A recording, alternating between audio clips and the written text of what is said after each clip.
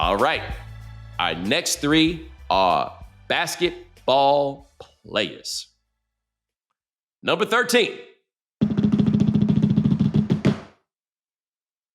Kevin Durant. Now, I'm going to be honest with you. This was maybe the trickiest guy for me to figure out where to put him.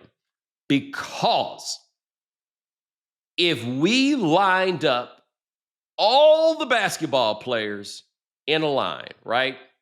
And let's take the centers out of the equation because they require some different things to think about and consider, right? So we getting Shaq, we getting Wilt, right? We getting all of those dudes out of here. We are getting the centers out of here. And you say, okay, now pick guys.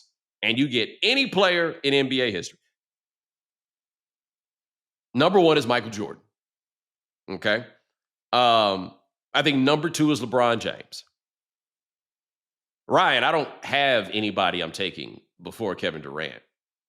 No, I mean, though, just the logic of he's probably the tallest guy out there, and yes, he can make a shot from every single place on the court. Make a shot and more accurately get a bucket. Yeah.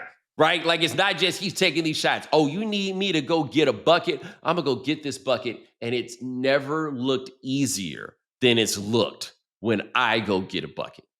It never has. He is the creative player in so many ways. And he is a two-time finals MVP.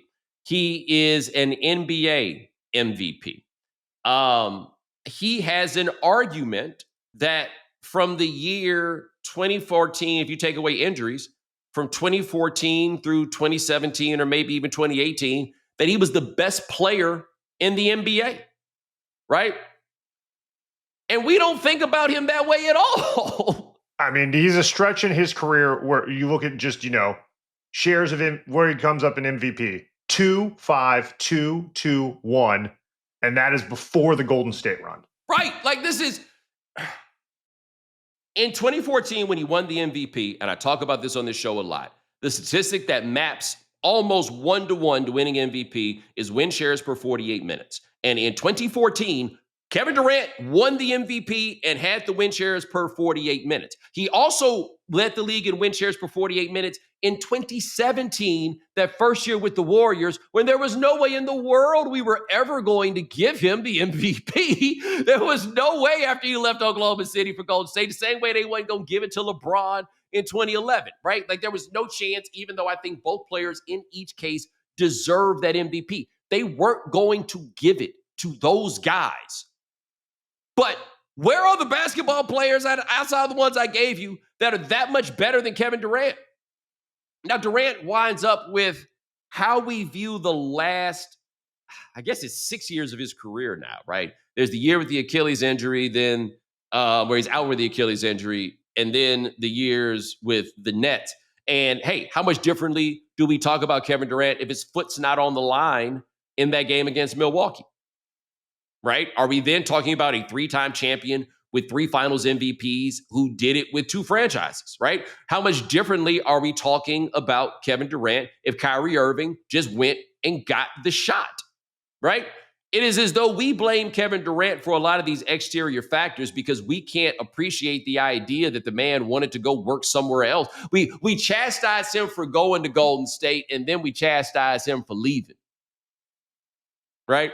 I don't know if there's ever been a player in his position that we have treated what I would deem to be more unfairly than we have treated Durant. He wound up in an entirely unique situation where quite possibly the best player in the NBA had a chance to go to quite possibly the greatest NBA team ever.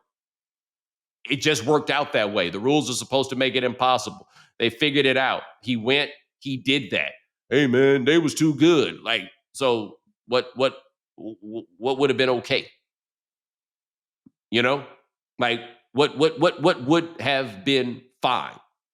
So I can go on and on about the greatness of Durant. I can go on and on about how we don't give him enough credit. And by the way, how I don't think we give him enough credit for the early portion in his career, okay? That first year, 07, 08, he was playing 2 guard at 19 years old at 7 feet tall, or he's probably 6'11 then or whatever, in Seattle. That next year, that team started off terribly. They fired the coach at the beginning of the year. It was Russell Westbrook's rookie year. And then they picked it up. The year after that, they got James Harden. Year 4, with a team full of children, they went to the Western Conference Finals. Year 4. Year 5, they went to the NBA Finals.